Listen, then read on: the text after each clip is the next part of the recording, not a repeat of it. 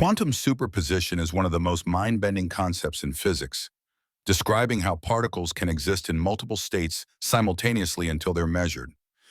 Unlike objects in our everyday world that have definite positions and properties, quantum particles like electrons can be in multiple positions or have multiple values for properties like spin at the same time. This strange behavior is mathematically described by the wave function, which represents all possible states and the probability of finding the particle in each one. When we observe or measure a quantum system, something remarkable happens. The wave function collapses, and the system assumes just one of its possible states.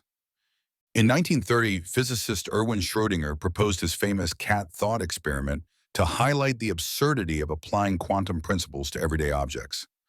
The thought experiment places a cat in a sealed box with a vial of poison that will break if a radioactive atom decays, an inherently random quantum process. According to quantum mechanics, until someone opens the box and observes the system, the radioactive atom exists in a superposition of both decayed and not decayed states.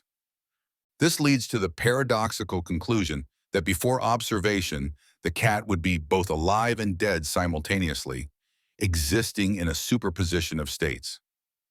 When someone finally opens the box to observe the cat, the superposition collapses instantaneously into a single reality. The cat is either definitively alive or definitively dead. This thought experiment wasn't meant to suggest cats actually exist in superposition, but rather to highlight the fundamental challenge of connecting the strange quantum world with our everyday classical reality.